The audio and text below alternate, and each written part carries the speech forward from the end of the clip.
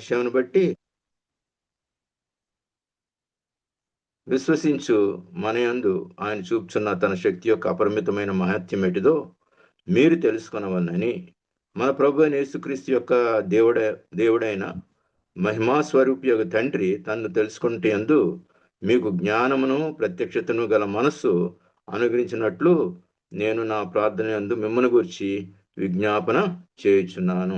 దేవుడి లేఖనాలు దీవించి ఆశీర్వదించలాగున మనతో మాట్లాడలాగున మనందరి ఏళ్ళ ఆయన కృప చూపించి ఈ వాక్యాన్ని ద్వారా మరొకసారి మనల్ని అందరినీ పురుకొల్పుటకు ప్రభు సహాయం కోరు ప్రార్థన చేద్దామండి. ప్రేమగల మా పరలోక తండ్రి, పరిశుద్ధుడైన దేవ, మీ ఘనమైన మహోన్నతమైన పూజనీయమైన ప్రశస్తమైన నామనకు వేలాది వందన స్తోత్రాలు చెల్లిస్తూ నాయన మరి సాయంకాల సమయంలో ప్రభా మా ప్రియులు నాయన మరి యోబు గారు, వెంకటరావు గారు, నాయన ముఖ్యంగా వెంకటరావు గారు ఆయన ప్రభా రిక్వెస్ట్ని బట్టి నేను కూడా అనుకూల పరిస్థితిని బట్టి దేవా మీ సన్నిధిలో ఆయన కొత్త సమయం ప్రార్థనలు గడుపుడు ద్వారా నాకు ఇచ్చినటువంటి మీ ఆత్మ ద్వారా కొన్ని తలంపులు నాయన మా ప్రియులతో పంచుకోవడానికి ప్రభా మీరే కృప చూపించండి. నేను ఎప్పటి వాడిని ప్రభా, అయోగ్యను, ఎన్నిక లేని వాడిని తండ్రి. నీ ప్రజల ముందు నిలబడటానికి కానీ చెప్పడానికి కానీ అర్హత లేనటువంటి నా బ్రతుకును మరొకసారి మీ పాదాలు ఎదుటి పడవేసుకుంటున్నాను. నన్ను జ్ఞాపకం చేసుకునండి. మీ నిత్య నిబంధన రక్తం కింద భద్రపరచండి. మీ సిలువు చాటును మరుగు చేయండి. మీ జంగల సింహాసనం నుండి మీరు మాట్లాడండి ప్రభా. మీరు మాట్లాడితేనే మేము వినగలము. అంచేతనే వాక్యం మీదై ఉన్నది ప్రభా. మీరే మీ పరిశుద్ధాత్మతో నింపుకొని ప్రభా మీ ఆత్మ ద్వారా మా అందరిని దర్శించి మాట్లాడి మీరే కృప చూపించండి. వచ్చిన వారందరిని బట్టి వందనాలు స్తోత్రాలు. ఇంకా రావాల్సిన మా ప్రియులు నాయన రావటానికి మీరు కృప చూపించండి. ఈ అవకాశాన్ని సద్వినియోగం చేసుకోవట్లో మీరే మాకు సహాయపడమని వేడుకుంటూ ఘనత మహిమ ప్రభావాలు ఆరోపిస్తూ దేవా మిమ్మల్ని మీరు ప్రత్యక్షపరచుకొని మీరు మాత్రమే మహింపరచబడాలని కోరుతూ యేసు ప్రభు నామములో స్తుతించి ప్రార్థించి అడిగి వేడుకొంచున్నాం మా తండ్రి, ఆమెన్. ప్రియులారా, ఇక్కడ మనం చూసినటువంటి లేఖనాల్లో అపోస్తలుడైన పౌలు ఎఫెసీ సంఘానికి చక్కగా మరి పత్రిక రాసినట్టు చూస్తున్నాం. ఇక్కడున్న 6 పత్రికల్లో ఆయన ఎంతగానో సంఘాన్ని మరి ఆ పరిశుద్ధమైన సంఘంగా, నిష్కలంకమైన సంఘంగా, మచ్చ ముడత డాగులేని సంఘంగా ప్రభు ఎదుట ఆయన రాకడలో దాన్ని నిలబెట్టాలని చాలా విషయాలు ఇక్కడ రాయడం జరిగింది. ఇవన్నీ మనకు తెలిసిన విషయాలే. అయినప్పటికీ మరలా మనం ధ్యానించడానికి దేవుడు కృప చూపించాడు. ఈ సమయంలో మొట్టమొదట 17-19 వచనాల్లో మనం చూస్తున్న భాగం ఏంటంటే, ఆఖరి భాగం చూడండి. ఆఖరి భాగం 19వ వచనంలో మన ప్రభు అయిన యేసుక్రీస్తు యొక్క దేవుడైన మహిమా స్వరూపి తండ్రి తన్ను తెలుసుకున్నట్టు యందు మీకు ఏమనుగ్రహించాలంటున్నాడు? జ్ఞానమును ప్రత్యక్షం గల మనస్సు అనుగ్రహించినట్లు నేను నా ప్రార్థన యందు మిమ్మల్ని గురించి విజ్ఞాపన చేయుచున్నాను అంటున్నాడు. ఏం కావాలంటండి? ఆ ఎఫెసీ సంఘానికి, ఆ విశ్వాసులకు ఆయన కోరుతుంది ఏంటంటే, 17వ వచనం చాలా విషయాలు చెప్పి చివరగా మన ప్రభువైన యేసుక్రీస్తు యొక్క దేవుడైన మహిమా స్వరూపి తండ్రి తన్ను తెలుసుకున్నట్టు యందు మీకు ఏం కావాలా? జ్ఞానమును ప్రత్యక్షత గల మనస్సు అనుగ్రహించినట్లు నేను నా ప్రార్థన యందు మిమ్మల్ని గురించి విజ్ఞాపన చేయుచున్నాను. అంటే దానికి అర్థం ఏంటంటే, అన్ని కలిగి ఉన్నారు కానీ ఆ జ్ఞానం ప్రత్యక్షత అనేది వారికి ఇంకా అవగాహనలోకి రావాలని వారు ఇంకా ఆ ప్రత్యక్షతలో ఇంకా ఎక్కువగా మరి అది పొందుకోవాలని ఆయన ప్రార్థన చేస్తున్నట్లుగా మనం చూస్తున్నాం. మనం ఈ ఎఫెసీ పత్రిక మొదటి అధ్యాయంలో మనం చూసినట్టయితే 3వ వచనం నుండి 7వ వచనం వరకు, 6వ వచనం వరకు మనం ఏం చూస్తున్నాం? దేవుని చేత ఏర్పరచబడిన వారిని చూస్తున్నాం. ఆ మాటలు ఉన్నాయి కదా, దేవుని చేత ఏర్పరచబడిన వారు. అలాగే 7వ వచనం నుండి 12వ వచనం వరకు మనకేం చెప్పబడుతుందంటే, కుమారుని ద్వారా విమోచింపబడిన వారు. మొదట దేవుని చేత ఏర్పరచబడిన వారు, తర్వాత అనాదికాల సంకల్పంలోనే భూమి పునాదులు వేయక మునిపే మనం ఆయన చిత్తంలో ఉన్న కారణాన్ని బట్టి మనం ఏర్పరచుకున్నాడు. ముందుగా తన ఎదుట నిర్దోషులను పరిశుద్ధంగా ఉండడానికి జగత్తు పునాది వేయబడక మునిపి మనల్ని, చాలా గొప్ప సంగతి, గొప్ప మర్మం కూడా. దాని తర్వాత ఏం జరిగింది? ఏర్పరచుకున్న మనల్ని ఆయన కుమారుడైన మన ప్రభువైన యేసుక్రీస్తు ద్వారా ఈ లోకంలో నుండి విమోచించుకున్నాడు. అది 8వ వచనం నుండి 12వ వచనాల వరకు చూసాం. విమోచించిన మనలను 13-14 వచనాలు చూస్తే పరిశుద్ధాత్మతో ఆత్మచేత ముద్రించుకున్నాడు. గమనించారు కదా?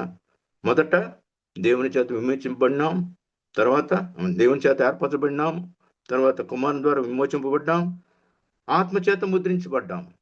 ఒక విశ్వాసికి కావాల్సింది 3 కదా? అవునంటారు కాదంటారు. ఈ 3 చాలు. కానీ అంతటితో అపోస్తలుడైన పౌలు తృప్తి పట్టలేదు, సాటిస్ఫై అవ్వట్లేదు. ఇక్కడ 15 వచనంలో ఏమంటున్నాడు చూడండి. ఈ హేతువు చేత ప్రభువైన యేసు నందలి మీ విశ్వాసమును గూర్చి, పరిశుద్ధులందరి యెడల మీరు చూపుచున్న విశ్వాసం గూర్చి నేను విన్నప్పటి నుండి మీ విషయమే మానక దేవునికి కృతజ్ఞతాస్తుతులు చెల్లించున్నాను. ఇక్కడ ఉన్న సంఘం విశ్వాసులు ఎంత చక్కగా ఉన్నారంటే, వాళ్ళు ప్రభువైన యేసుక్రీస్తు నందలి విశ్వాసంలోను, పరిశుద్ధులందరి యెడల వారు చూపుతున్న విశ్వాసంలోను, మరి వారికి వారి వారి విషయంలో వారు తీసుకుంటున్నటువంటి అనేకమైనటువంటి బాధ్యతల విషయంలోనూ ఆయన దేవుని కృతజ్ఞతాస్తుతులు చెల్లిస్తున్నాడు. అయినప్పటికీ 17వ వచనం ఏమంటున్నాడు? మరియు మీ మనోనేత్రాలు వెలిగింపబడినందున అని చెబుతూ, మిమ్మల్ని పిలిచిన పిలుపు వలన నిరీక్షణతో పరిశుద్ధులలో ఆయన స్వాస్థ్యం యొక్క మహిమైశ్వర్యతతో ఆయన క్రీస్తునందు వినియోగపరిచిన బలాత్యం బట్టి విశ్వసించిన మన యందు ఆయన చూపుతున్న తన శక్తి యొక్క అపరిమితమైన మహాత్మ్యమేటిదో మీరు తెలుసుకోవాలనుకుంటే ఏమంటున్నాడండి? మన ప్రభువైన యేసుక్రీస్తు యొక్క దేవుడైన మహిమా స్వరూపి యొక్క తండ్రి ఆయన తెలుసుకోవడానికి మీకు ఏం కావాలంటున్నాడు? జ్ఞానము, ప్రత్యక్షయు గల మనస్సు కావాలని ప్రార్థన చేస్తున్నాడు. ఇది ప్రతి సంఘానికి, ప్రతి విశ్వాసికి ఉండవలసిన ఎంతో అవసరమైన ప్రాముఖ్యమైన విషయం ఏంటంటే జ్ఞానము, ప్రత్యక్షత. అర్థమవుతుందండి? ప్రత్యక్షత అంటే ప్రత్యక్షత అంటే ఇప్పుడు ఉదాహరణకి ప్రత్యక్షత అంటే ఏంటండి? మనం ఎవరిని గురించైనా చాలా కాలం నుండి, లేకపోతే దూరదేశాల్లో, విదేశాల్లో మన ప్రియులు కానీ, మన బిడ్డలు కానీ, లేకపోతే మన ఆప్తులు కానీ, మన ప్రేమించేవారు కానీ చాలా కాలం నుండి ఎంతో మనం వారి కొరకు మనం కనిపెడుతున్నా, లేకపోతే వాళ్ళు గురించి ఆలోచిస్తున్నా, లేకపోతే వారు చాలా కాలం నుండి మనకు కనబడిపోయిన దాన్ని బట్టి మనం వారిని గురించి తప్పిస్తున్నా, ఒక్కసారి ఏమవుతుందంటే మనం ఇలాగ ఆలోచిస్తున్న టైంలో ఎవరైనా తలుపు కొట్టారనుకోండి, ఆ తలుపు తీసిన వెంటనే మనం ఎవరిని గురించి ఆలోచించి, ఎవరిని గురించి తలస్తున్నాం, వారు కనబడగానే ఏమంటామండి? అరే మీ గురించి ఇంతవరకు నేను ఆలోచిస్తున్నా, లేకపోతే మన స్నేహితుల గురించి, స్నేహితులు నీ గురించి నేను ఆలోచిస్తున్నాను, నువ్వే ప్రత్యక్షమే అంటారు. ప్రత్యక్షత అంటే కదా, మనం ఎవరిని గురించి మన మనసుల్లో, మన హృదయాల్లో, మన ఆలోచనలో నిత్యము మనం తలుస్తూ ఉంటాము. ఆ వ్యక్తి మనకి ముఖాముఖిగా వచ్చినప్పుడు, అరే నీ గురిండే చూస్తుంది, నువ్వే ప్రత్యక్షత అంటే అర్థమవుతుంది కదా. చూడండి, కోర్టుల్లో కూడా అనేక సార్లు ఏదైనా మర్డర్ కేసెస్ వచ్చినప్పుడు అన్ని విచారణ చేసి జడ్జి ఏమంటాడు? ఎవరైనా ప్రత్యక్ష సాక్షి ఉంటే పెట్టవయ్యా అంటాడు. అంటే నేరుగా చూసిన వ్యక్తి, ఆ దృశ్యాన్ని నేరుగా చూసిన. ఇప్పుడు ఈ ప్రత్యక్షత అనే దానికి ఒక ఉదాహరణ చెప్తాను చూడండి. బైబిల్లో నుండి 2వ సమూయేలు గ్రంథం అంటే మీకు బాగా అర్థం కావటానికి మరొక విషయం. ఉదాహరణగా 2వ సమూయేలు గ్రంథంలో ఇక్కడ 18వ అధ్యాయం చూద్దాం. 18వ అధ్యాయంలో ఇక్కడ మరి అబ్షాలోము దావీదు మీద తిరుగుబాటు చేసి ఆయన మీదకి యుద్ధానికి వెళ్తే దావీదు పారిపోయి, పాపం ఆయన ఒక చోట ఆశ్రయం తీసుకొని మరి ఇంకా అతని మీదకి యుద్ధానికి వచ్చినప్పుడు మరి ఎదుర్కోవాలి కదా. యోబును అతని సైన్యాన్ని పంపించి ఏమంటాడంటే, ఆ యుద్ధం చేసే టైంలో యోబును అతని సైన్యాధిపతులు చెప్తాడు, ఏమంటాడు? దయచేసి బాలుడైన సమూయేలుని నా నిమిత్తం ఆయన్ని సంపొద్దు అంటాడు. అవును కదా. సరే, యుద్ధం జరిగింది. యుద్ధంలో ఏమవుతుందో కూడా దావీదుకి తెలియదు. ఆఖరికి యుద్ధంలో యోబు ఏం చేశాడు? అబ్షాలోముని చంపేస్తాడు.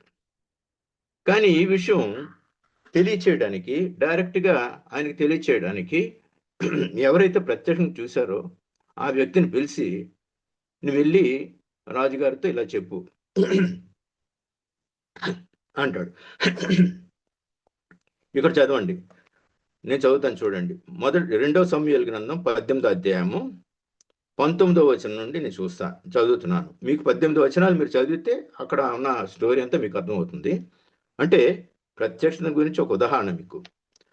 సాదోకు కుమారుడైన అహిమయస్సు, నేను పరిగెత్తుకొని పోయి యెహోవా తన శత్రువులను ఓడించి తనకు న్యాయం తీర్చిన వర్తమానం రాజుతో చెప్పదనగా, యోవాబు ఏమంటున్నాడు? యోవాబు, ఈ దినమున ఈ వర్తమానం చెప్పతగదు, మరొక దినమున చెప్పవచ్చును. రాజకుమారుడు మరణమాయను గనుక ఈ దినమున వర్తమానం తీసుకొని పోతగదని అతనితో చెప్పాను. ఇది అహిమయస్ గురించి చెప్పిన మాటలు. ఇప్పుడు ఆయన ఏం చేశాడు చూడండి, 21వ వచనం. తర్వాత కూషిని పిలిచి, నీవు పోయి నీవు చూచిన దాన్ని రాజునకు తెలియజేయమని అనగా, అక్కడ చూడండి, నీవు చూచిన దానిని అంటున్నాడు. అంటే ప్రత్యక్షత అంటే నేరుగా చూడటం. గమనించండి, ముఖాముఖిగా చూడటం. రాజునకు నీవు చూచిన దాన్ని తెలియజేయమనగా కూషి యోబునకు నమస్కారం చేసి పరిగెత్తుకొని పోయాను. ఈ విషయం చూచాడు గనక, యుద్ధంలో ఉన్నాడు గనక, యుద్ధం అంతా గమనించాడు గనక, నా విషయం ఆయనకు అవగాహన ఉంది కనుక ఆయన నిలమని చెప్పాడు. ఎవరు? యోబు. ఇప్పుడు ఈ సాధు కుమారుడైన అహిమయస్సు ఏం చెప్తున్నాడు చూడండి, 22వ వచనం. అయితే సాధు కుమారుడైన అహిమయస్సు కూషితో కూడా, నేను పరిగెత్తుకుని పోటకు సెలవుమని యోవాబుతో మనవి చేయగా, చూడండి, యోవాబు, నాయన నీవెందుకు పోవాలను? చెప్పుటకు నీకు బహుమానం తెచ్చు విశేషమైన సమాచారం ఏదీ లేదు కదా అని అతనితో అనగా, 23వ వచనం చూద్దామా. అతడు ఏమైనాను సరే నేను పరిగెత్తుకొని పోదునైనను. చూడండి, ఈ అహిమయస్సు ఆ యుద్ధంలో లేడు, యుద్ధం చూడలేదు, అసలు ఏం జరిగింది తెలియదు. అయితే ఆ రాజునకు వర్తమానం చెప్పేదానికి ఆ యుద్ధ వాతావరణంలో ఉన్న వ్యక్తి, యుద్ధాన్ని నేరుగా యుద్ధంలో ప్రత్యక్షంగా ఉన్న వ్యక్తిని పంపిస్తామంటే నేను పోతానంటాడు ఈయన యాజకుడు అహిమయస్సు. అయితే ఏముంది, నువ్వు ఎందుకు వెళ్తావంటే, వద్దంటే 23వ వచనం చూద్దామా. అతడు ఏమైనా సరే నేను పరిగెత్తుకొని పోదునైనా, ఏదైనా సరే నేను పరిగెత్తి వెళ్తాను అంటున్నాడు. ఈ పరుగుని గురించి కూడా ఒక మంచి వర్తమానాలు ఉన్నాయి. ఎందుకంటే మనం పరుగు ఎటు పరిగెడుతున్నాం, ఎందుకు పరిగెడుతున్నాం, దేని కొరకు పరిగెడుతున్నాం, ఒక అవగాహనతో పరిగెడుతున్నాం అని, ఏది గురిగా పెట్టుకొని పరిగెడుతున్నాం అని చాలా విషయాలు ఉన్నాయి. అయితే ఇప్పుడు ఇక్కడ విషయానికి వస్తే ప్రత్యక్షతను గురించి చెప్పబడుతుంది. గమనించారు కదా. అయితే 23వ వచనం. అందుకు యోబు, నేను పరిగెత్తుకొని పోతానంటే అందుకు యోబు పొమ్మని సెలవేయగా అహిమయస్సు మైదానపు మార్గమును పరిగెత్తుకొని కూషి కంటే ముందుగా ఎక్కడికి వెళ్ళిపోయాడు? దావీదు దగ్గర చేరిపోయాడు. పాపం దావీదు, యుద్ధం ఏం జరిగింది, యుద్ధం ఎలా పోయినా పర్లేదు, నా కుమారుడు బతికితే చాలు అన్నట్టు దావీదు చూస్తామన్నాడు. అయితే అక్కడ విషయం ఏంటో ఇతనికి తెలియదు అసలు. కూషికి తెలుసు కానీ ఇతను తెలియదు. కాబట్టి అతను పరిగెట్టుకుంటూ పోయి అక్కడ చూడండి 24, దావీదు 2 గుమ్మముల మధ్యన నడవలో కూర్చొని ఉండేను. కావలివాడు గుమ్మం పైన గోడ మీద ఎక్కి పార చూడగా ఒంటరిగా పరిగెత్తుకుని వచ్చుచున్న ఒకడు కనబడెను. వాడు అరచి రాజునకు ఈ సంగతి తెలియజేయగా, రాజు వాడు ఒంటరిగా ఉండిన యెడల ఏదో వర్తమానం తెచ్చుచున్నాడు అనెను. అంతలో వాడు పరుగు మీద వచ్చుచుండగా 26వ వచనంలో చూడండి, కావలిగా వాడు పరుగెత్తుకొని వచ్చు మరొకని కనుగొనెను. అదిగో మరొకడు ఒంటరిగానే పరిగెత్తుకుని వచ్చున్నాడని ద్వారపు తట్టు తిరిగి చెప్పగా, రాజు వాడును వర్తమానం తెచ్చున్నాడనెను. గమనించారు కదండి, ఇద్దరు పరిగెట్టుకుని వస్తున్నారు. మొదటి వాడిని చూసి కావలోడు చెప్పాడు, రాజా ఎవరో ఒక వ్యక్తి వస్తున్నాడు అని చెప్పాడు. ఇంతలో మరొక వ్యక్తి కూడా పరిగెత్తుకొని వస్తున్నాడు అని చెప్పేసరికి, అయితే ఇద్దరు ఏదో వర్తమానం తెస్తున్నారు అనుకొని 27వ వచనం చూడండి, కావలివాడు మొదటివాడు పరిగెత్తుడు చూడగా వాడు సాధు కుమారుడైన అహిమయస్ అని నాకు తోచుంది అన్నప్పుడు, రాజు వాడు మంచివాడు, శుభవర్తమానం తెచ్చున్నాడని చెప్పాను. చూసారా, మంచోడే, శుభవర్తమానం తేడానికి పరిగెడుతున్నాడు. అంతలో అహిమయసు జయమని బిగ్గరగా రాజుతో చెప్పి రాజు ముందు సాష్టాంగ నమస్కారం చేసి, నా ఏలినవాడు నాకు రాజువగు నిన్ను చంపచూచిన వారిని అప్పగించిన నీ దేవుడైన యెహోవాకు స్తోత్రం అని చెప్పాను. అంతే చెప్పాడు. గమనించారు కదా. ఏం చెప్తున్నాడు? నిన్ను చంపజూచిన వారిని అప్పగించిన నీ దేవుడైన యెహోవాకు స్తోత్రం చెప్తున్నాడు. దావీదు బాధ ఏంటి చెప్పండి? కుమారుడైన అబ్షాలోము కోసమే కదా. ఇప్పుడు 29 వచనం ఏముంది? రాజు బాలుడగా అబ్షాలోం క్షేమంగా ఉన్నాడా అని అడుగగా అహిమయస్సు, యోవాబు రాజసేవకునైన నీ దాసునకు నన్ను పంపినప్పుడు గొప్ప అల్లరి జరుగుట నేను చూచితిని గాని అదేమైనది నాకు తెలిసిన కాదనెను. గమనించారా? ఏమంటున్నాడండి? నీ దాసునైన నేను యోవాబు రాజసేవకుని యోవాబు నీ దాసు నన్ను పంపినప్పుడు అసలు ఆయన పంపలేదు, ఈయన కంగారుపడి పరిగెట్టాడు. ఏమైనది నాకు నేను చూచితని కానీ ఏమైనది నాకు తెలియదు అన్నాడు. వెంటనే రాజు ఏమన్నాడు? ఈ సమాచారం తేడానికి నువ్వు వచ్చావా అని చెప్పి 30 వచనం ఉంది. అప్పుడు రాజు నీవు ప్రక్కకు తొలగి నిలిచుండమని వానికి ఆజ్ఞ ఇయ్యగా వాడు తొలగి నిలిచాను. ఏం సమాచారం ఇది? నా కుమారుని గురించి నేను బాధపడుతున్నా, అక్కడ ఏం జరిగిందో తెలియకుండా నువ్వు వచ్చి ఏం చెప్తున్నావు? పక్కకి వెళ్ళి అన్నాడు. పక్కన నిలబడ్డాడు. 31 చూడండి. అంతలో కూషి వచ్చి, ఎవరికి కూషి? ఇందాక మనం చదువుకున్న భాగంలో అతడు యుద్ధంలో సమస్తమును చూచినవాడు, విన్నవాడు, గ్రహించినవాడు. గమనించండి, 3 మాటలు చెప్తున్నాను. చూచాడు, విన్నాడు, తర్వాత ఏం చేశాడు? గ్రహించాడు. ఆ సబ్జెక్ట్ అంతా ఆయనకు తెలుసు, అక్కడ జరిగిన పరిస్థితులన్నీ ఆయనకు తెలుసు. ఇప్పుడు ఆ కూషిని అడుగుతాడు రాజు. ఏమంటాడు? అంతలో కూషి వచ్చి 31 వచనం, నా ఏలినవాడా రాజా, నేను నీకు శుభ సమాచారం తెచ్చితిని. ఈ దినమున యెహోవా నీ మీదకి వచ్చిన వారందరిని ఓడించి నీకు న్యాయం తీర్చునని చెప్పని చూశాడు కనుక చెప్తున్నాడు. అర్థమవుతుందండి? 32 వచనం చూడండి. ఆయన బాధ అంతే అబ్షాలోం గురించి కాబట్టి, రాజు బాలుడగా అబ్షాలోం క్షేమంగా ఉన్నాడా అని అడిగాను.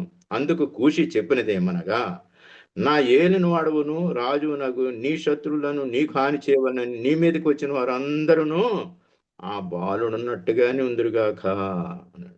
అంటే దాని అర్థం ఏంటి? అబ్షాలోము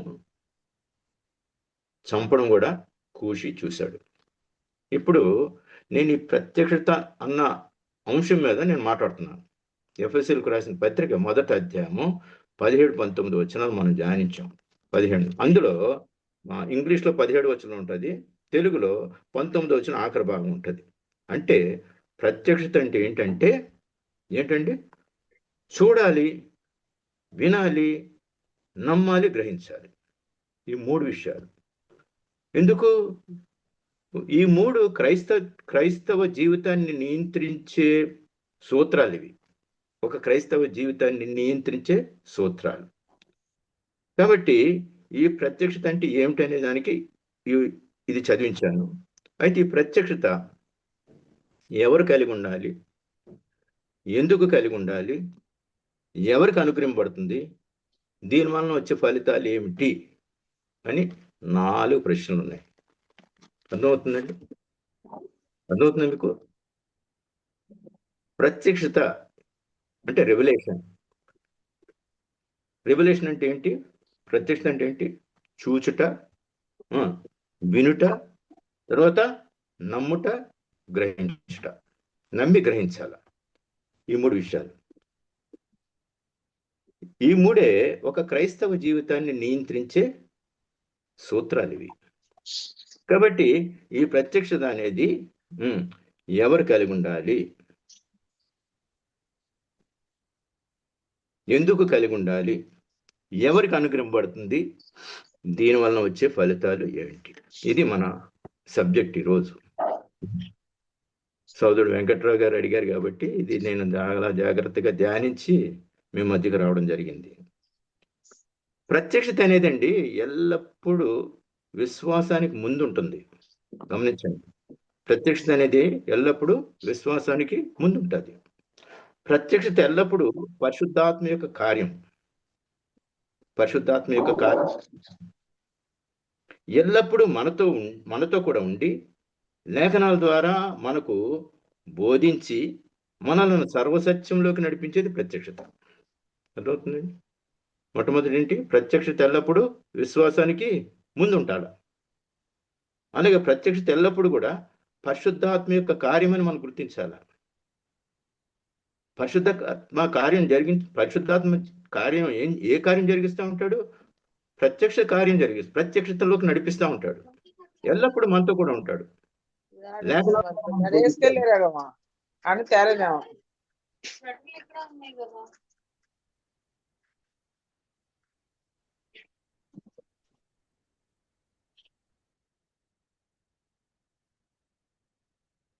మనలను సర్వసత్యంలోనికి నడిపిస్తుంది. వింటున్నారండి? అందరికీ వినపడుతుందా? వినిపిస్తుంది సార్. Very good. అర్థమవుతుంది కదమ్మా నా సబ్జెక్టు? అర్థమవుతుంది సార్. Very good. అంటే మీరు బాగా వాక్యం ధ్యానించినట్లయితే ఇది ఇంకా విపులంగా మీకు కూడా పరిశుద్ధాత్మ దేవుడు బయలుపరుస్తూ ఉంటాడు. ఇప్పుడు నేనేం చెప్పానమ్మా? ప్రత్యక్షత అనేది ఏంటో చెప్పాను. ఆ ప్రత్యక్షత ఎందుకు ఉండాలి అనేది నేను చెప్పాను. ఇప్పుడు ఎవరు కలిగి ఉండాలి, ఎందుకు కలిగి ఉండాలి, ఎవరికి అనుగ్రహం పడుతుంది, దీనివల్ల వచ్చే ఫలితాలు ఏంటి? చాలా మంచి ఎఫెసీ సంఘానికి అపోస్తలుడైన పౌలు ఇస్తున్నటువంటి ఈ యొక్క అవగాహన ఎంతో మన ఇప్పుడున్న యుగంలో, ఇప్పుడున్న లోక పరిస్థితుల్లో, ఇప్పుడున్న సంఘాల్లో, ఇప్పుడున్నటువంటి విశ్వాసంలో ప్రతి కలవరము, ప్రతి నష్టము, ప్రతి మరి అనకూడదు కానీ చెదిరిపోతున్న గ్రూపులు, గుంపులు విభజించి పరిపాలిస్తున్న దినాల్లో మనకు కానీ ప్రత్యక్షత లేకపోతే ప్రభులో మనం నమ్మకం యథార్థంగా ఉండలేము. గమనించండి. అందుకే ఎవరు కలిగి ఉండాలి, ఎందుకు కలిగి ఉండాలా, ఎవరికి అనుగ్రహం పడుతుంది, దీనివల్ల వచ్చే ఫలితాలు, ఇది మనం చూద్దాం. ఎవరు కలిగి ఉండాలా? పూర్వ దినాల్లో కేవలం కొంతమంది మరి మాత్రమే అనుగ్రహించబడేది ప్రత్యక్షత. అవకాశం ఉండేది కదా. కొంతమంది దైవజనులు, కొంతమంది రాజులు పాత నిబంధన కాలంలో పాత నిబంధన అంటే ధర్మశాస్త్రం లేని కాలంలో కూడా కొంతమందికి దేవుడు ముఖాముఖిగా దర్శనమిచ్చి, లేకపోతే అంటే ఆయన ఎప్పుడు కనబడలేదు, ఒక మాట ద్వారా, ఒక స్వరం ద్వారా, లేకపోతే ఒక దూత ద్వారా తన ప్రత్యక్షతను కనుపరుచుకుంటూ వచ్చాడు. అర్థమైంది కదండి. అదే హెబ్రీ పత్రికలో మనం చూస్తాం చూడండి. హెబ్రీ పత్రిక ఎవరు కలిగి ఉండాలనే దానికి పూర్వకాలంలో ఎలా ఉండేది? హెబ్రీ పత్రిక 1వ అధ్యాయం 1వ వచనం నేను చదువుతాను చూడము. పూర్వకాలమందు నానా సమయంలోను నానా విధములుగా ప్రవక్తల ద్వారా మన పితరులతో మాట్లాడిన దేవుడు ఈ దినముల అంతమందు కుమారుని ద్వారా మనతో మాట్లాడెను. ఆయన ఆ కుమారుని సమస్తమునకు వారసునిగా నియమించాను. ఆయన ద్వారా ప్రపంచంలోను నిర్మించాను. ఇప్పుడు ఒక మాట ఉంది. పూర్వకాలం మంది ఏం చేశాడు? నానా సమయంలోను నానా విధములుగా ప్రవక్తల ద్వారా మన పితరులతో మాట్లాడిన దేవుడు ఈ దినముల అంతమంది ఏం చేస్తున్నాడు? కుమారుని ద్వారా మనతో మాట్లాడుతూ ఉన్నాడు. కాబట్టి ఇప్పుడు దేవుడు ఈ దినముల అంతమంది కుమారుని ద్వారా మనతో మాట్లాడుతున్నాడు. కానీ ఇప్పుడైతే అందరూ కలిగి ఉండాలి. ఆ ప్రత్యక్షత అందరూ కలిగి ఉండాలా. అందరికి కూడా ఆ ప్రత్యక్ష ఇవ్వడానికి ప్రభు ఇష్టపడుతున్నాడు. గమనించారు కదా. ఈ దినముల అంతమంది ఏం చేస్తున్నాడు? దేవుడు ఇప్పుడైతే అందరూ కలిగి ఉండాలని ప్రవచనం ఉంది. ఈ ప్రత్యక్ష అందరూ కలిగి ఉండాలని ప్రవచనం ఉంది. చూడండి ఆ ప్రవచనం ఒకసారి చూద్దాం. యోవేలు గ్రంథం,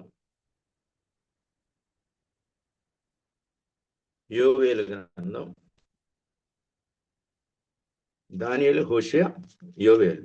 చూడండి, యోవేలు 2వ అధ్యాయము. ఈ దినముల కొరకు, ఈ యుగం కొరకు ముందుగానే యోవేలు ద్వారా ప్రవచించిన మాటలు నేను చదువుతున్నాను. ఏముందండి? 28-29. తరువాత నేను సర్వజనుల మీద నా ఆత్మను కుమ్మరింతును. మీ కుమారులను మీ కుమార్తెలను ప్రవచనం చెప్పుదురు. మీ ముసిలివారు కలలు కొందరు. మీ యవనులు దర్శనం చూతురు. ఆ దినములలో 29వ వచనం ఏముందండి? ఆ దినములలో నేను పనివారి మీదను పనికత్తెల మీదను నా ఆత్మను కుమ్మరింతును. చూసారా? 28-29 వచనాలు నేటి దినాల్లో ఎలాగ అమల్లోకి వచ్చాయో అపోస్తలుడైన పౌలు హెబ్రీ పత్రికలు దీన్ని వివరిస్తున్నాడు. రండి, హెబ్రీ పత్రిక 8వ అధ్యాయం. హెబ్రీ పత్రిక 8వ అధ్యాయం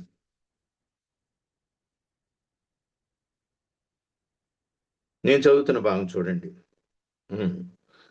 10వ వచనం. ప్రభు చెప్పుచున్నాడు, 8:10.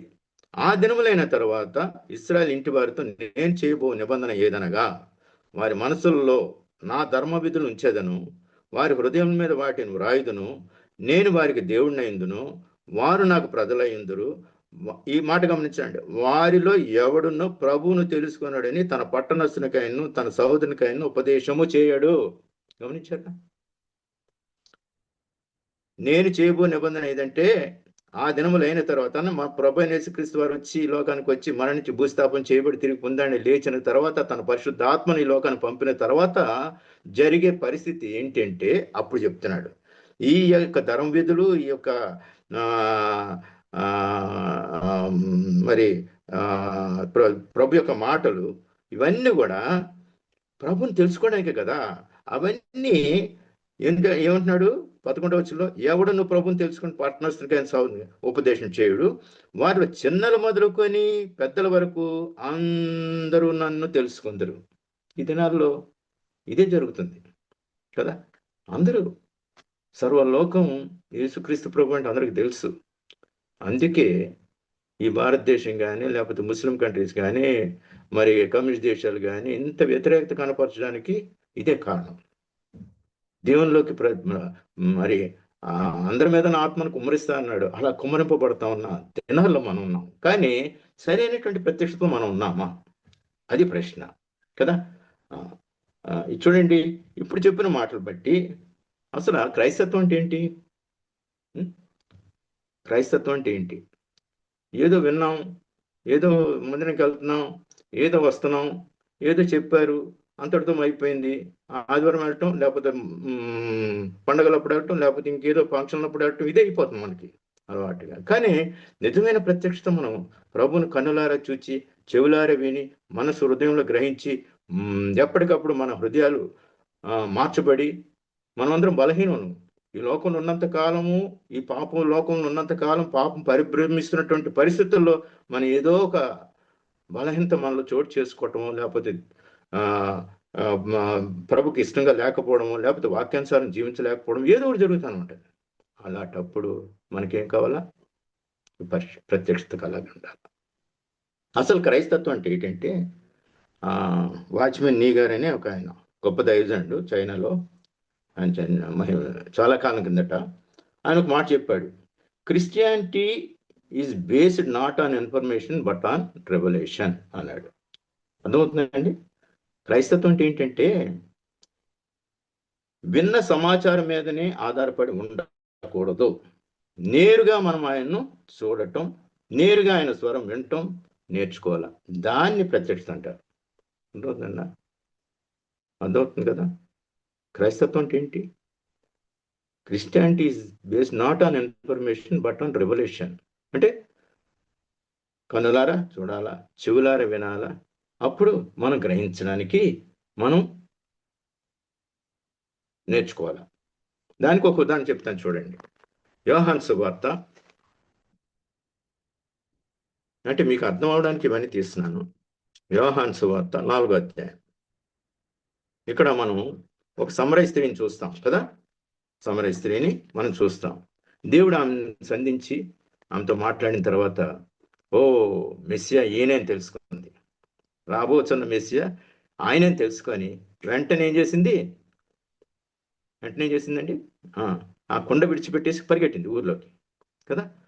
పరిగెట్టి వారందరితో చెప్పింది. ఏం చెప్పింది?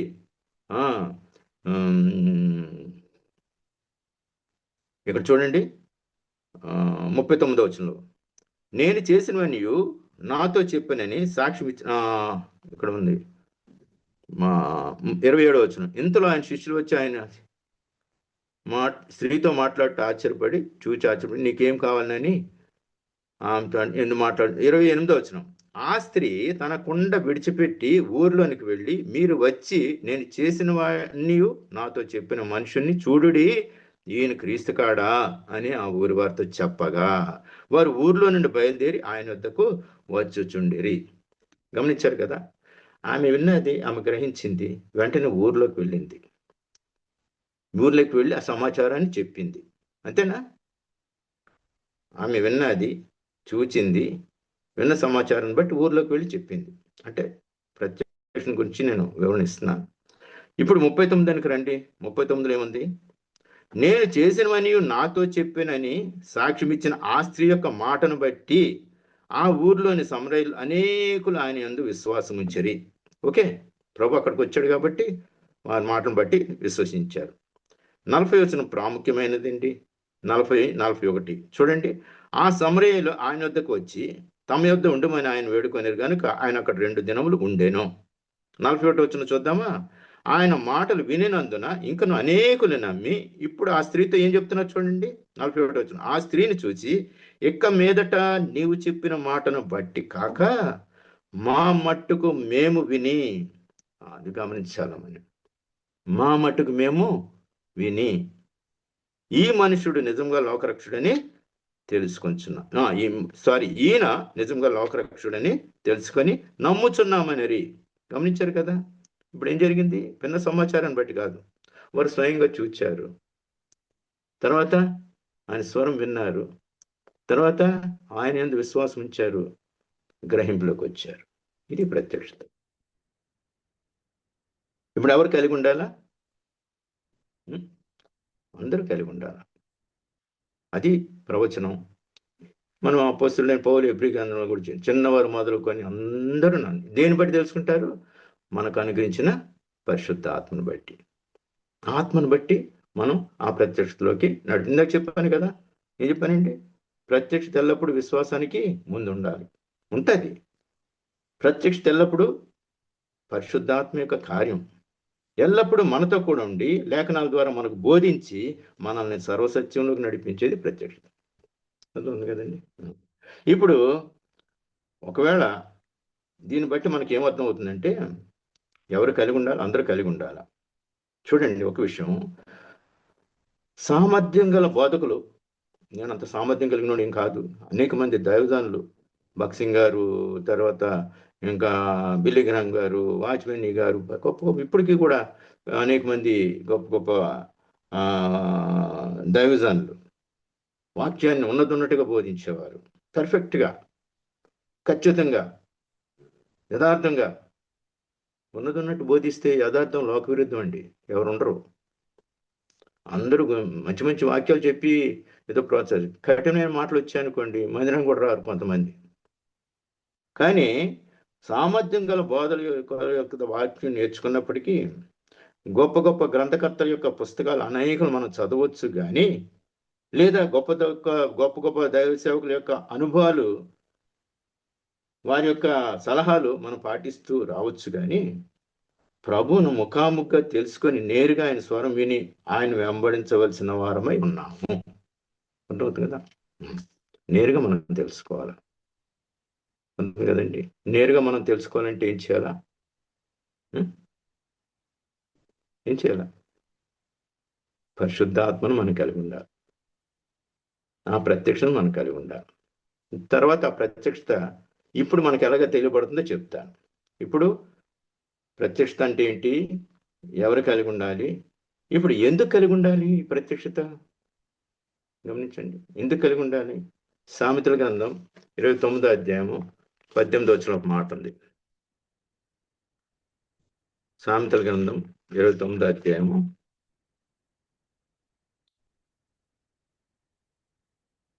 18వ వచనం, దేవోక్తి లేని ఎడల జనులు కట్టులేక తిరుగుదురు, ధర్మశాస్త్రం అనుసరించేవాడు ధన్యుడు. ఇక్కడ ఒక మాట ఉందండి, అది ఇంగ్లీష్లో చాలా బాగుంటుంది. Where there is no vision people perish అంటున్నాడు. అంటే ప్రత్యక్షత లేని ప్రజలు పాడైపోతారట. అర్థమవుతుందండి? ఇంగ్లీష్లో ఏముంది? ఈ తెలుగులో ఏముందంటే దేవోక్తి లేని జనులు కట్టులేక తిరుగుదరని ఉంది కదా. ఇంగ్లీష్లో ఏముంటుందంటే where there is no vision people perish. అంటే విజన్ అంటే డివైన్ రివల్యూషన్ అని అర్థం. దైవికమైన ప్రత్యక్షత లేకపోతే ప్రజలు ఏమవుతారంట? పాడైపోతారు. ఈ దినాల్లో చాలా సంఘాల్లో మనం గమనించినట్టయితే ఇదే జరుగుతుంది. చక్కని బోధకి ఏం కరువు లేదండి. ఇప్పుడు చిన్నపిల్లల చేత కూడా బోధించేస్తున్నారు.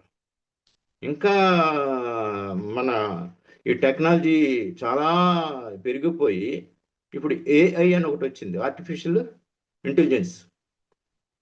అది కూడా బోధించేస్తుంది, రోబోట్ కదా. దాంతో ఫారెన్ అమెరికాలో అక్కడ ఆరాధన కార్యక్రమం జరిగించేసుకుంటున్నారంట.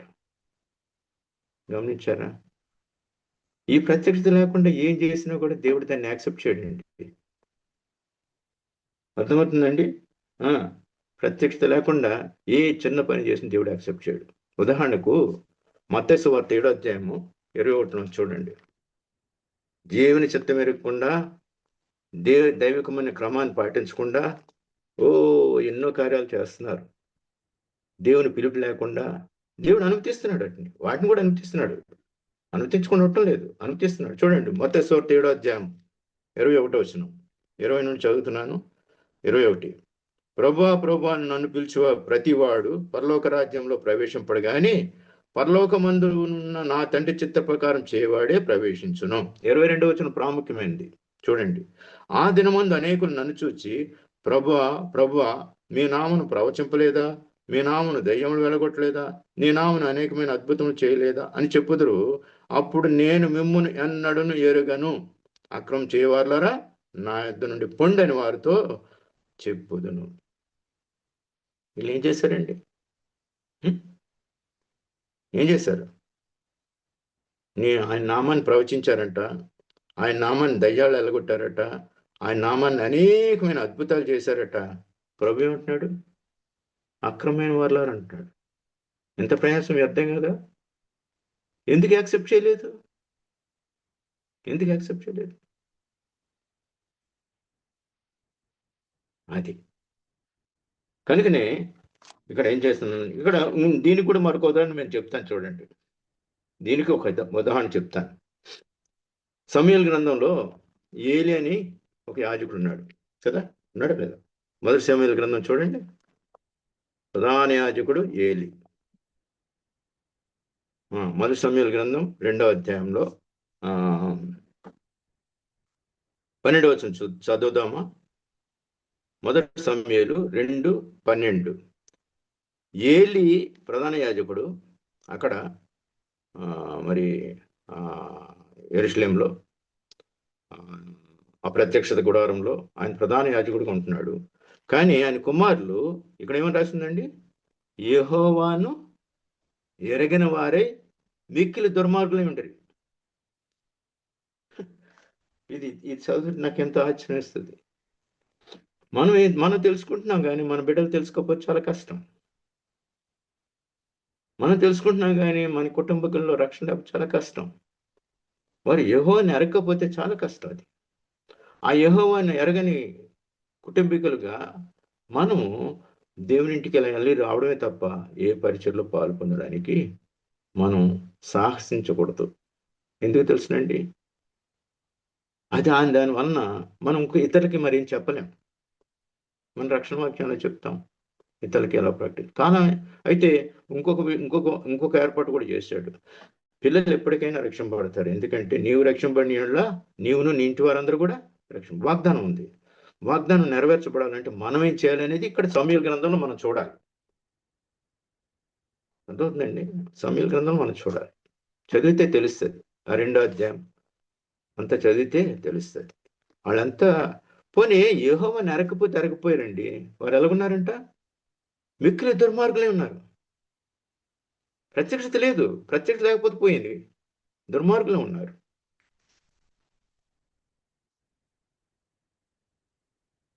అంచేత వీళ్ళు ఇక్కడికి వచ్చిన వాళ్ళందరినీ ఎలా బాధపడుతున్నారు గమనించండి. చాలా బాధపెడుతున్నారు. ఆ మందిరంలో సేవ చేయడానికి వచ్చిన స్త్రీలని పాడు చేస్తూ ఉన్నారు. రెండోది, వాళ్ళ మనసుకు నచ్చినట్టే చేసుకెళ్ళిపోతున్నారు. ఆ బలి అర్పణ చేసినటువంటి ఆ భాగాన్ని దహన బలిగా అర్పించక ముందే వాళ్ళు పట్టుకుపోతా ఉన్నారు. ఇలాంటి పరిస్థితులు అన్నీ అక్కడ ఉన్నాయి. చదివాం కదా, మొదటి సమూయేలు 2వ అధ్యాయము 12వ వచనం నుండి చివరి వరకు చదివితే అప్పుడు మనకు తెలుస్తుంది. 17వ వచనం చూడండి. అందువలన జనులు యెహోవాకు నైవేద్యం చేయుటయందు అసహ్యపడుటకు ఆ యవనులు కారణమేరు గనుక వారి పాపం యెహోవా సన్నిధిని గొప్పదాయను. చూసావా? ప్రత్యక్షత లేకుండా, దేవుని ఎరగకుండా, దేవుని గ్రహించకుండా, ఏదో క్రైస్తవులుగా మేము క్రైస్తవులు విశ్వాసులని నామకార్థంగా జీవించే పరిస్థితులు మనలో ఉండకూడదు.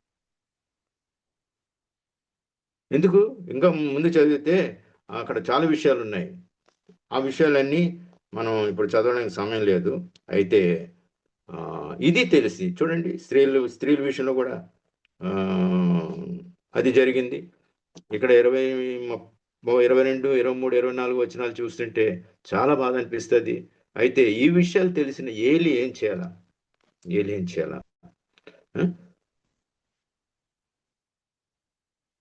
గట్టిగా గద్దించాలా? గద్దించడం కాదు, అసలు ఆ పరిచయం నుండి వాళ్ళు తప్పించాలా? చేయలేదు. చేయకుండా ఏం చేశాడు చూడండి. 23వ వచనం. ఈ జనుల ముందర మీరు చేసిన చెడ్డ కార్యములు నాకు వినబడినవి. ఇలాంటి కార్యములు మీరెందుకు చేస్తున్నారు? నా కుమారులారా, ఇలా చూసారు ఎంత ముద్దుగా చెప్తున్నాడు.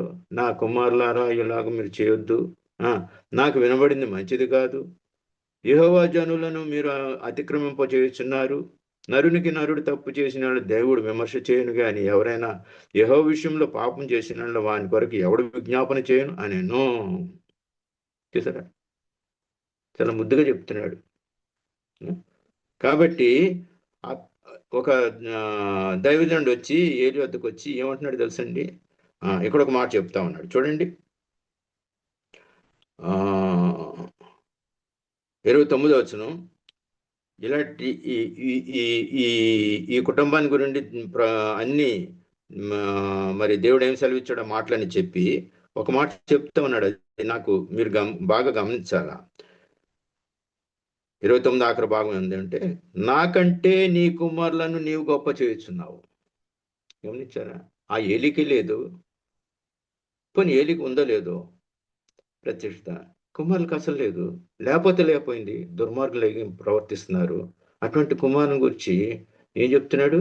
నా కుమారులారా ఇలా చేయడం చాలా తప్పు కదా అన్నట్టు. అది దాన్ని బట్టి ప్రభుకు చాలా బాధ అనిపించి ఇప్పుడు ఏమన్నాడు చూడండి. నాకంటే నీ కుమారులను నీవు గొప్ప చేయుచున్నావు. 30వ వచనంలో, నీ ఇంటి వారును నీ పితల ఇంటి వారును నా సన్నిధిని యాజకత్వం జరిగించుదని యెహోవా ఆజ్ఞ ఇచ్చున్నాను. ఇప్పుడు అది నా మనసుకు కేవలము ప్రతికూలమైనని ఇశ్రాయేలు దేవుడైన యెహోవా సెలవిచ్చుచున్నాడు. కావున యెహోవాకు ఏదనగా, నన్ను గనపరచు వారిని నేను గనపరచుదును, నన్ను తృణీకరించు వారిని ఏం చేస్తానంటున్నాడు? తృణీకరిస్తాను. కాబట్టి ఆ ప్రత్యక్షత పోయింది, ఆ మందసం పోయింది, సమస్తం కోల్పోయారు. ఆ యుద్ధంలో చచ్చిపోయారు. ఏలి కూడా చచ్చిపోయాడు. అందరూ ఒకేసారి చచ్చిపోయారు. గమనించారు కదా? ప్రత్యక్షత అనేది చాలా ప్రాముఖ్యమైనది. దేవుని అరగకుండా మనం ఏం చేసినా కూడా అది నష్టాన్ని తెచ్చేది. ప్రత్యక్షత లేకుండా దేవుని ఇంట్లో ఏ చిన్న పరిచయం, పెద్ద పరిచయం అయినా అది కలవరానికి, కలహానికి, నష్టానికి, నాశనానికి కారణం అవుతుంది. అదే నేటి దినంలో కూడా ఎంతో మరి ఆత్మీయంగా ప్రారంభించిన సంఘాలు, సేవకులు, సంఘ దర్శనం కలిగి, ఈ ప్రత్యక్షత కలిగి ఉన్నవారు కూడా సైతం ఈ ప్రత్యక్షతలో కోల్పోయి గ్రూపులుగాను మరి విడిపోయి విభజనలను గురి చేసి తమ శరీరాలను అనుసరించి తమ ఆధిక్యతల కొరకు పరిచర్యను, ప్రజలను కూడా పాడు చేస్తూ ఉన్నారు. విశ్వాసం సైతం వారు తప్పుతోవ పట్టిస్తూ ఉన్నారు. ఎంతో నష్టాన్ని తీసుకొస్తున్నారు ఈ దినాల్లో. విభజన కారణం ఇదే. సంఘాలు విడిపోవడానికి, సంఘాల్లో కలవరం రావడానికి, సంఘాల్లో కొట్లాటలు రావడానికి, సంఘాల్లో దెబ్బలాటలు రావడానికి, అధికారాల కోసం, ఆధిక్యతల కోసం ప్రాకులాడుతున్న బట్టి ప్రత్యక్షను కోల్పోయారు. మొదట్లో ఎంతోమంది సీనియర్ గాడ్ సర్వెంట్స్ మా అసెంబ్లీస్, హెబ్రోన్ సహవాసంలో ఈ దినాల్లో చూస్తే పరిస్థితులు ఎంతో బాధాకరంగా ఉన్నాయండి. ఎందుకు? ప్రత్యక్షత లేదు. ప్రత్యక్షను కోల్పోయారు, దర్శనాన్ని కోల్పోయారు. కేవలము ఆధిపత్య పోరు, అధికార వాంఛ. చూసారా? కాబట్టి ఇంకొక ఉదాహరణ చెప్తాను చూడండి. ఇంకొక ఉదాహరణ మన ప్రభుని పూర్తిగా తెలుసుకోకుండా మనం ఏది చేసినా కూడా అది నష్టానికి కారణమవుతుంది. ఇంకొక ఉదాహరణ చెప్తాను చూడండి. అపోస్తల కార్యము 19వ అధ్యాయం. అపోస్తల కార్యం 19వ అధ్యాయం.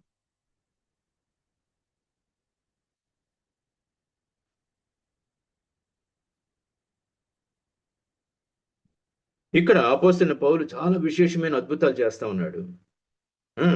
అద్భుతాలు ఎలాగంటే చూడండి, 19వ అధ్యాయము 11 నుండి చదువుతున్నాను. మరియు దేవుడు పౌలు చేత విశేషమైన అద్భుతములు చేయించాను. అతని శరీరంకు తగిలిన చేతి గుడ్డలైనను నడికట్లైనను రోగుల యొద్దకు తెచ్చినప్పుడు రోగములు వారిని విడిచాను, దయ్యములు కూడా వదిలిపోయాను. బాగుంది కదా. 14వ వచనం చూద్దామా. 13వ వచనం. అప్పుడు దేశ సంచారకులను మాంత్రికులైన కొందరు యూదులు పౌలు ప్రకటించి యేసు తోడు మిమ్మల్ని ఉచ్చాటన చేయుచున్నానన్న మాట చెప్పి దయ్యములు పట్టిన వారి మీద ప్రభువైన యేసు నామమును ఉచ్చరించుటకు పూనుకొనిరి. అర్థమైందండి. ఆ సంగతి అట్టు పెట్టండి. 14వ వచనంకి వచ్చేసరికి యూదుడైన స్కెవయును, గమనించండి, ప్రధాన యాజకుని కుమారులు 7 అలాగు చేయుచుండ్రి. గమనించారా. దేవుని మందిరంలో ఏదో ఒక రెస్పాన్సిబిలిటీ, ఒక ఎల్డర్ అయినా ఏదో బిరుదు పెట్టారు నాకు. కానీ నాకే తెలియదు, నా పిల్లలకి నేర్పిస్తాను నేను కదా. నాకే ప్రత్యక్ష లేదు, నా బిడ్డలకి ఏం నేర్పిస్తా, ఏం చూపించగలుగుతా. ఇక్కడ చూడండి ఎంత చక్కగా చెప్తున్నాడు. యూదుడైన 14వ వచనం గమనించండి. 19:14. యూదుడైన స్కెవయును ఒక ప్రధాన యాజకుడు. చూసారా, ప్రధాన యాజకుడు ఏంటి, ఎంత నేర్చుకుని ఉండాలా, ధర్మశాస్త్రం అంతా ఎరిగి ఉండాలండి కదా. ధర్మశాస్త్రం అనుసరించేవాడే ఉండాలా, ధర్మశాస్త్రం బోధించేవాడు వాడి జీవితం కూడా అలాగే ఉండాలి. బోధలు ఉన్నాయి కానీ జీవితాలు కనబడలేదు మనకి ఈ దినాల్లో. గమనించారు కదా. ఆ ప్రధాన యాజకుని కుమారులు 7 అలాగూ చేయుచుండేది. ఇప్పుడు 15వ వచనం చూడండి. ఏంటి, పౌలు చేసినట్టు చేయడం అనమాట. పౌలు ఉచ్చాటన చేసినట్టు. ఉచ్చాటన అంటే ఆయన యేసునామంలో ఉచ్చాటన చేస్తున్నాడు, వీళ్ళు మంత్రాలు చేస్తున్నారు. ఇక్కడ చూడండి 15వ వచనం. అలాగూ 7 అలా చేయుచుండ్రి. వాళ్ళు వెళ్ళి ఒక ఇంట్లోకి వెళ్ళి ఒక దయ్యాన్ని వదలగొట్టడానికి కానీ అలాగ ఉచ్చాటన చేయడం మొదలెడితే 15వ వచనం ఏముందండి, అందుకు ఆ దయ్యము, చూడండి, దయ్యాలకి తెలుసు ప్రభు ఎవరో, కానీ వీళ్ళకి తెలియట్లేదు. అందుకు ఆ దయ్యము, నేను యేసును గుర్తెరుగుదును, తర్వాత ఏముంది, పౌలును కూడా ఎరుగుదును, కానీ మీరెవరైనా అడుగ్గా. ఇక్కడ నాకు చాలా విచిత్రం అనిపిస్తుంది. ఇప్పుడు దయ్యాన్ని ఎలగొట్టడానికి మనం, ప్రభునామం ఎలగొట్టడానికి మనం, ఆ దయ్యం మనం ఈ ప్రశ్న వేస్తే మనం ఏం చెప్పాలి చెప్పండి, మాట వరుసకి చెప్పండి. అసలు ఆ ప్రశ్న ఇవ్వకుండానే వెళ్ళిపోతాయి. నిజంగా మన ప్రత్యక్ష కలిగి పరిశుద్ధాత్మను కలిగి దేవుని చిత్తాన్ని ఎరిగి దేవుని చిత్తానుసారంగా మనం దేవుని కార్యాలు కొనసాగుతున్నప్పుడు మనం చూస్తే పారిపోవాలి. అవి అంతవరకు రాక్కర్లేదు. ప్రార్థన చేస్తే పోతాయి. కొన్ని మరీ మొండి పట్టుదలతో ఉంటే సంఘం కలిసి ప్రార్థన చేస్తే పోతాయి. ఇక్కడ చూడండి, గమనించండి,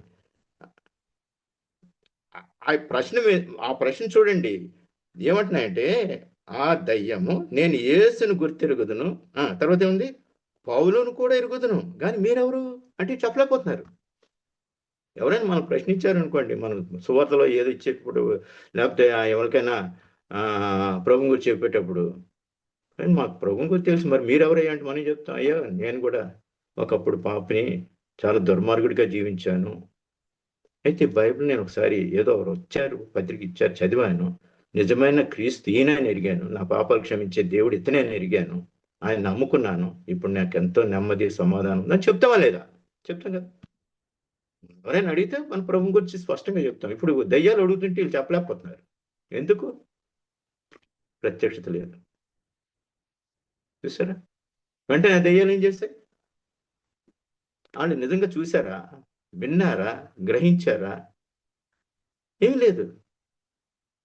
కాబట్టి ఆ దెయ్యాలు ఏం చేస్తాయి చూడండి, ఆ దెయ్యములు పట్టిన వాడు ఎగిరి వారి మీద పడి వారిద్దరిని లొంగదీసి గెలిచాను. అందుచేత వారు దిగంబరులై గాయములు తగిలి ఆ ఇంటి నుండి ఆరిపోయారట. గమనించారు కదా.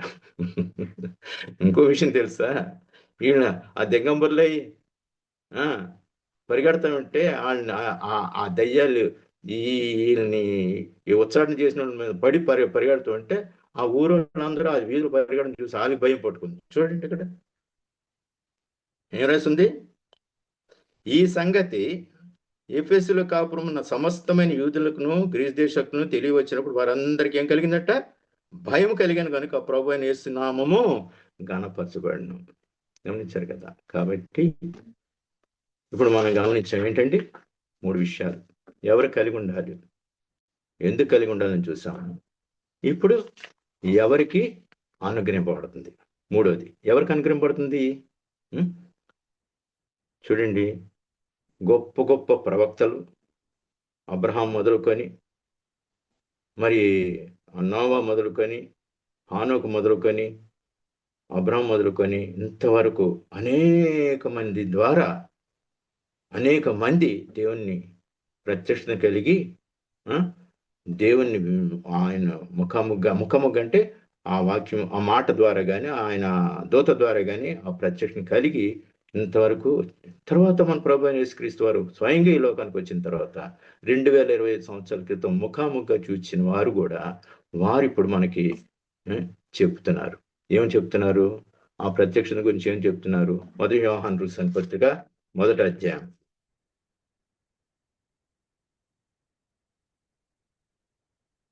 1 యోహాను రాసిన పత్రిక 1వ అధ్యాయం 1వ వచనం. జీవవాక్యం గురించి నది ఆది నుండి ఏది ఉండేనో మేమేది వింటమో కన్నులార ఏది చూచితమో ఏది నిదానించి కనుగొంటమో మా చేతులు దేని తాకి చూచానో అది మీకు తెలియజేస్తున్నాము. ఆ జీవము ప్రత్యక్షమాయను. తండ్రి వద్ద ఉండిన మాకు ఆ ప్రత్యక్షమైన ఆ నిత్య జీవం మేము చూచి ఆ జీవం గురించి మేము సాక్ష్యం ఇస్తున్నాము. దాన్ని మీకు తెలియజేస్తున్నాం. చూసారా అంత స్పష్టంగా చెప్తున్నారు. ఇప్పుడు మనకు ఎలాగ అనుగ్రహపడుతుంది, మనకు ఎలాగ అనుగ్రహపడుతుంది. ఒక మాట ఉంది, అందరికీ ప్రభుని మనం చూడలేదు కదా. మనం చూడాలనుకుంటే ముఖాముఖిగా చూడాలనుకుంటే దేవుని వాక్యంలో ఒక మాట చెప్పింది. ఏమందండి, హెబ్రీ పత్రిక 12వ అధ్యాయం 14వ వచనంలో నేను చదువుతున్నాను. అందరితో సమాధానం పరిశుద్ధత కలిగి ఉండుటకు ప్రయత్నం చేయుడి, పరిశుద్ధత లేకుండా ఎవడును ప్రభుని చూడడు. ద్వితీయోపదేశకాండం 4వ అధ్యాయం 29లో నీ పూర్ణ హృదయంతో నీ పూర్ణ ఆత్మతో ప్రభుని వెతికిన యెడల ఆయన నీకు ప్రత్యక్షమవును. యోహాను సువార్త 14:21లో ఉంది, నా ఆజ్ఞలు గైకొని వాటిని అంగీకరించేవాడే నన్ను ప్రేమించువాడు.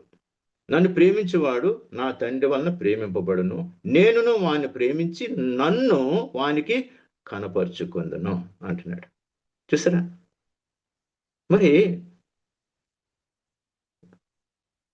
మనలో ఎవరైనా ప్రభుని చూసామండి? యేసు ప్రభుని ఎవరైనా చూసారో చెప్పండి. మ్యూట్ ఆన్ చేసి చెప్పండి, యేసు ప్రభుని ఎవరైనా చూసారా? చూడలేదా? చూసారా లేదు చెప్పాలా? అంటే ఎవరు చూడలేదన్నమాట. వినబడుతుందండి?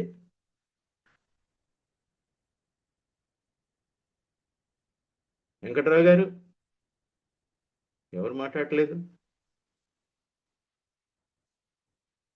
ప్రభుని మనం చూసామా? చూడలేదు. నేను కూడా చూడలేదు. చెప్పండి అన్నమాట. చూడలేదండి. చూడలేదు. చూసామంటే చూడలేదని చెప్పాలి. మన ప్రభుని చూసామా? చూడలేదు. చూడలేము కూడా. చూడలేము కూడా. ఇక ముందు కూడా చూడలేము, చనిపోయి అక్కడికి వెళ్తే తప్ప అంటున్నారు మీరు. నేను ప్రభుని చూశానండి, మీరు నమ్ముతారా? నమ్మరా? నమ్మరు. మాట చెప్తున్నా, వాక్యంలో ప్రభుని చూస్తాం. మరి అది చెప్పాలి కదా. భౌతికంగా ప్రభుని చూడలేము. ఉండండి, ఆది దేవుంది. వాక్యం మీరు అట్లా చెప్పడం కాదు, మీరు అట్లా అనలేదు. ప్రభువుని చూసారా అంటే చూడలేదని అంటాం. అండి. ఆది వాక్య రూపంలో ప్రతిరోజు చదువుకుంటున్నాం, ప్రతిరోజు వాక్య చూడండి. రూపంలో చదువుకుంటున్నాం, వింటున్నాం, మనం చేస్తున్నాం. ఆయన మనతో మాట్లాడుతున్నాడు. నేను ఒక భౌతికంగా ఆయన చూడలేదు, ఎవరు చూడరు. భౌతికమేటండి. మన మనోనేత్రాలు వెలిగింపబడ్డాయి. భౌతికమే అది. భౌతికం, ఆత్మ అన్ని కలిసి ఉన్నాయి. ఇప్పుడు మనం మనం మన జీవం మనలో లేదు, దేవుని యొక్క ఉందండి. అర్థమవుతుందా? మన జీవం ఎక్కడుంది? మనలో ఉందా? అది క్రీస్తు చేసినందు దేవుని యొక్క దాచబడి ఉంది. కాబట్టి ఉండండి ఒక్క నిమిషం. ఆదియందు వాక్యం ఉండేను, వాక్యం ఎక్కడుంది? దేవుని వద్ద ఉండేను, వాక్యమే దేవుడై ఉండేను. వాక్య ప్రత్యక్షతలో మనం ఉన్నాం. నిత్యం మనం దేవుని చూస్తున్నాం, మన ప్రభువుని చూస్తున్నాం. ఏ మానవుడు ఎప్పుడు దేవుని చూడలేదు, చూచి బ్రతకడు. ఈవెన్ మోషే, లేకపోతే అబ్రహాము, లేకపోతే ఇంకా నోవా, హానోకు, దేవునితో నడిచిన హానోకు కూడా దేవుని చూడలే. మనం కూడా చూడలేదు. మనం ఏం చూస్తున్నాం? ఆది యందు వాక్యం ఉండేను, వాక్యం దేవుని వద్ద ఉండేను, వాక్యము దేవుడై ఉండే. బస్ ఆ దేవాది దేవుణ్ణి మన నిత్యము మన కన్నుల ఎదుట ప్రత్యక్షపరుచుకుంటున్న ప్రభు అయిన యేసుక్రీస్తు ఎల్లప్పుడూ మనతో మాట్లాడుతూ ఆ ప్రత్యక్ష నడిపించడానికి మనకు సహాయం చేయను గాక. 9 అయింది కదా, ఒక మాట చెప్తున్నాను. ఎవరికి దేవుడు ప్రత్యక్షపరుచుకుంటాడు? ర్యాకెట్ ఫస్ట్ టైం చంద్రమండలంలోకి ర్యాకెట్ ప్రయోగించినప్పుడు మొదటిసారి అమెరికా వరకు పంపించారు. మానవులకు ముందు కోతులు వెళ్ళి వచ్చాయి, తర్వాత మానవులు వెళ్ళారు. మానవుల్లో వెళ్ళిన ముగ్గురు కూడా మంచి విశ్వాసులు. నీల్ ఆర్మ్స్ట్రాంగ్ అని ఆయన వెళ్ళాడు. అక్కడ కీర్తనలు 8వ అధ్యాయం చదివి చంద్రమండలంలో ఒక ధ్వజాన్ని పెట్టొచ్చాడు. ఆ తర్వాత రష్యా వారు కూడా వెళ్ళారు. వెళ్ళి వచ్చిన తర్వాత ఆ వ్యామగాములను వారు కూడా ప్రశ్నించారు. అక్కడికి వెళ్ళారు కదా, అమెరికన్స్ చాలా బైబిల్ వాక్యం అక్కడ పెట్టొచ్చారు. మరి మీరేం చేశారంటే, ఉత్తిదే అది దేవుడు లేడు, ఎవడు లేడు అక్కడ, అంత పైకి వెళ్ళాం కానీ ఎవరు కనపడలేదు అన్నాడు. అప్పుడు కొరియా నుండి ఒక యవనస్తురాలు బాలిక ఒక లెటర్ ఇచ్చి పంపించింది. ఏమంటే మత్తయి సువార్త 5వ అధ్యాయం 8వ వచనం, హృదయ శుద్ధి గలవారు ధన్యులు, వారు ఏంటండి చెప్పండి, దేవుని చూచెదరు. అర్థమవుతుందండి. హెబ్రీ పత్రిక 12వ అధ్యాయం 14వ వచనంలో కూడా అయితే ఉంది, అందరితో సమాధానం పరిశుద్ధత కలిగి ఉండేటకు ప్రయత్నించేడు, పరిశుద్ధత లేకుండా ఎవడును ప్రభుని చూడడు. అపోస్తలుడైన పౌలు 22వ అధ్యాయం 17వ వచనంలో ఆయన శ్రమల గురించి, ఆయన పడిపోయే కష్టాల గురించి, ఆయన పొందవలసిన వాళ్ళు అన్ని చెప్తా ఉన్నప్పుడు ఆయన పరవశుడై యెరూషలేములో ప్రార్థన చేస్తున్నప్పుడు పరవశుడై ప్రభువుని చూశాను అంటున్నాడు. ఇవన్నీ దేని చూశారంటే దేవుని వాక్యం చూశారు. యేసు ప్రభు ప్రత్యక్షంగా అక్కడ కనబడ్డాడు. ఈ దినాల్లో మనకు వాక్యాన్ని ఇచ్చాడు. అప్పుడు పరిశుద్ధ గ్రంథం లేదు, ఇప్పుడు పరిశుద్ధ గ్రంథం, పూర్తి గ్రంథం ఉంది. దినదినము మనం వాక్యం ధ్యానించడం ద్వారా, దినదినము మనం ఉదయం లేవగానే మనం బైబిల్ ఓపెన్ చేస్తే మన ప్రభు మనకు దర్శనమిస్తాడు. ఇప్పుడు నేను ముగించేస్తున్నాను, 9 అయింది. ఇప్పుడు నేను చెప్పబోయే మాటలు ఏంటంటే, ఎవరు కలిగి ఉండాలి, ఎందుకు కలిగి ఉండాలి, ఎవరికి అనుగ్రహం పడుతుంది, దీని వచ్చే ఫలితాలు దేవుని చిత్తమైతే మరొక మండి ఎప్పుడైనా నాకు వీలున్నప్పుడు చెప్తాను. దేవుడి లేఖనాలు దీవించి ఆశీర్వదించును కాక. ఆమేన్. ఆమేన్. మంచి వాక్యం చెప్పారు, ధన్యవాదాలు. Praise the lord.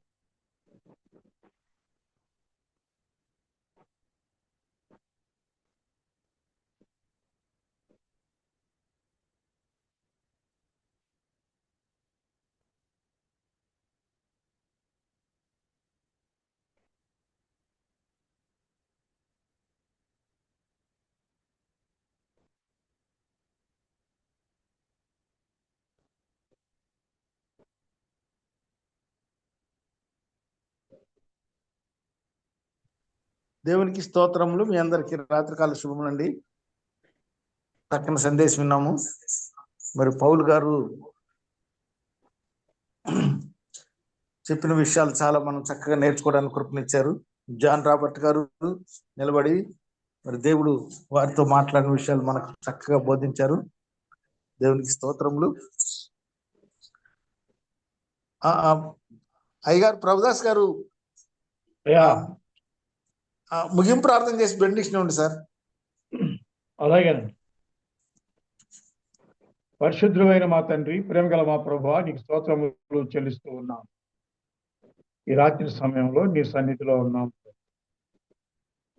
మా ప్రియులు, ప్రియ బిడ్డ జాన్ రాబర్ట్ గారు చక్కటి వాక్య భాగాన్ని అందించారు. వారిని వాడుకున్న విధానం బట్టి మీకు ధన్యవాదాలు చెల్లిస్తూ ఉన్నాం. ఉన్నటువంటి వాక్యము వ్యర్థం కాకుండా ఉన్నట్టు మీ కృపలో మేము గుర్తుంచుకునేటువంటి శక్తి మాకు అనుగ్రహించగలుగుతున్నాం. నాయన, మీకు అనేకమైనటువంటి కృతజ్ఞతలు తెలియజేస్తూ ఉన్నాం. ఈ కార్యక్రమాన్ని నిర్వహిస్తూ ఉన్నటువంటి మా ప్రభువ లక్ష్మీనారాయణ గారిని, అలాగే ఝాన్సీ రాణి గారిని కూడా మీరు జ్ఞాపకం చేసుకోండి.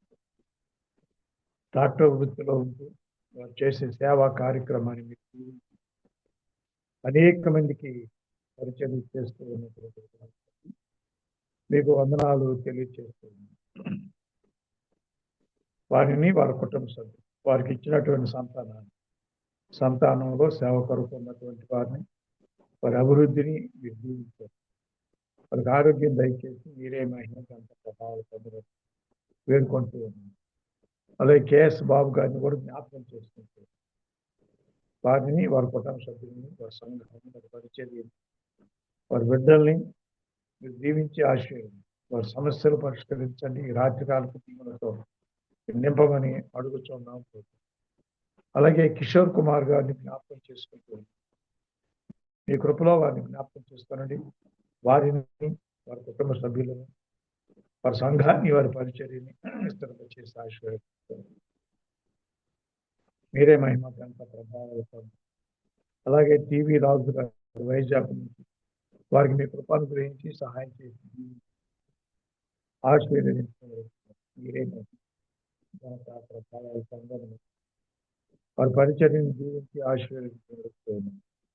అలాగే మా ప్రభు బేబీ కమల గారిని కూడా మీరు జ్ఞాపకం చేసుకుని అడుగుతున్నాం. మీ కృపలో వారిని జ్ఞాపకం చేసుకోనండి. వారికి కావాల్సిన ఆరోగ్యం, శక్తిని, బలం దయచేయండి. వారి పరిచయం జీవించండి. అలాగే వెంకట్రావు గారిని, మా ప్రభు టీవీఆర్, ఎల్ఏఆర్, టీఏపీ వారిని కూడా జీవించి ఆశీర్వదించండి. మీ కృపలో వారిని గుర్తుంచుకుని ఆశీర్వదించండి. మా ప్రభు వాక్యం అందించినటువంటి జాన్ రాబర్ట్ గారిని వృద్ధాప్యంలో చేస్తున్న పరిచర్ని, వారి కుటుంబ సభ్యులను దీవించండి. మరొకసారి మమ్మల్ని అందరినీ దీవించి రాత్రికాలతో దీవించండి. మీరు ఇచ్చిన ఆహారం తిని శరీరాత్మక ఆరోగ్యం, శక్తి, బలం దయచేయండి. కృపను గ్రహించండి. అలాగే మా నాయన ఈ రాత్రికాలపు నిద్రలో లేచి మా ప్రభు వేకునే లేచి నేను ధ్యానించుకుని వరకు ఉదయకాలను చూసే భాగ్యం నిశ్చితం అయితే మాకు అనుగ్రహించండి.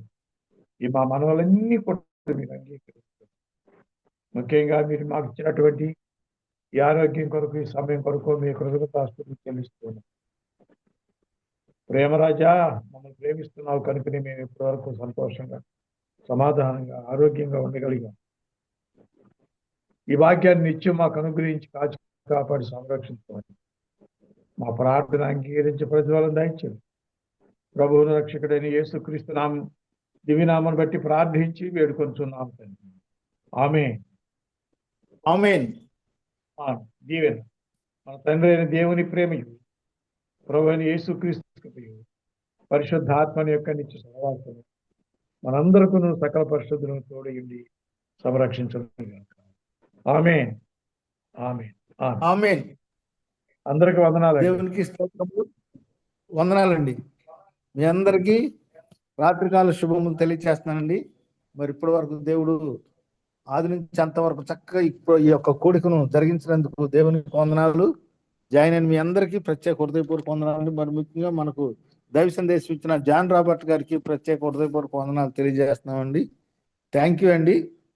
మరి జూమ్ కాల్ క్లోజ్ చేస్తున్నాం. గుడ్ నైట్ అండి. మరలా రేపు 7:30కి ఆన్లైన్ కాటేజ్ ప్రేయర్లో కలుసుకుందామండి. గుడ్ నైట్ అండి. జూమ్ కాల్ ప్రేయర్ని క్లోజ్ చేస్తున్నామండి.